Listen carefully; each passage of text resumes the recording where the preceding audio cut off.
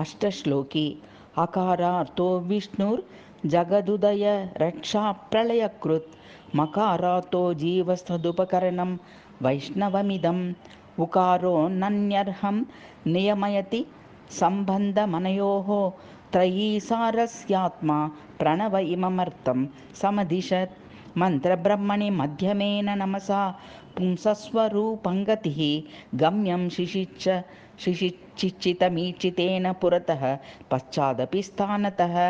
स्वातन्नयं निजरक्षणं समुचिता वृत्तिश्च नान्योचिता।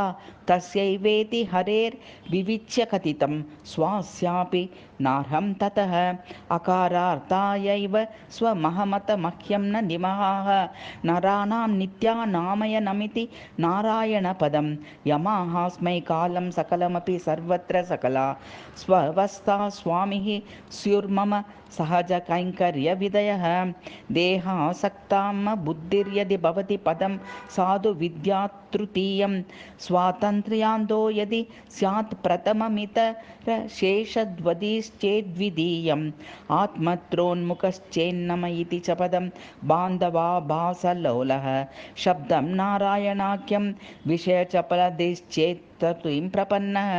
नेतृत्वं नित्ययोगं समुचितगुणजातं तनुक्यापनञ्चोपायं कर्तव्यभागं त्वतमिथुनपरं प्राप्यमेवं प्रसिद्धं। स्वामित्वं प्रार्थनां च प्रबलतरविरोधि प्रहनं दशैतान्। मन्तारं त्रायते चेत्यधिगतनियमः षट्पदोऽयं द्विखण्डः। ईशानां जगतामधीशदयितां नित्यानपायां श्रियं संश्रित्याश्रयणोचिता किल गुणस्याङ्घ्रि हरेराश्रये। इष्टोपायतया श्रिया च सहितायात्मेश्वरायार्तये। कर्तुं दास्यमशेषमप्रतिहतं नित्यं त्वं निर्ममः।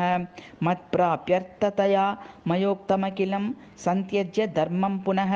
मामेकं मदवाप्तये शमनमित्यार्थोऽवसायं कुरु। त्वामेकं व्यवसाययुक्तमखिल ज्ञानादिपूर्णो ह्यहं। मत्प्राप्तिप्रतिबन्धकैर्विरहितं कुर्यां शुचं मा कृताः। निश्चित्य त्वदधीनतां मयि सदा कर्माद्युपायान् हरे। कर्तुं त्यक्तुमपि प्रपुत्तुमनलं सीदामि दुःखाकुलः। एतज्ज्ञानमुपेयुषो मम पुनः सर्वापराधाक्षयं। कर्तासीति दृढोऽस्मि ते चरमं वाक्यं स्मरन् सारतेः।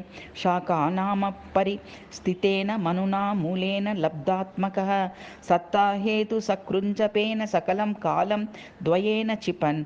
वेदोत्तं सविहारसारथि दयागुप्तेन विस्रम्भितः।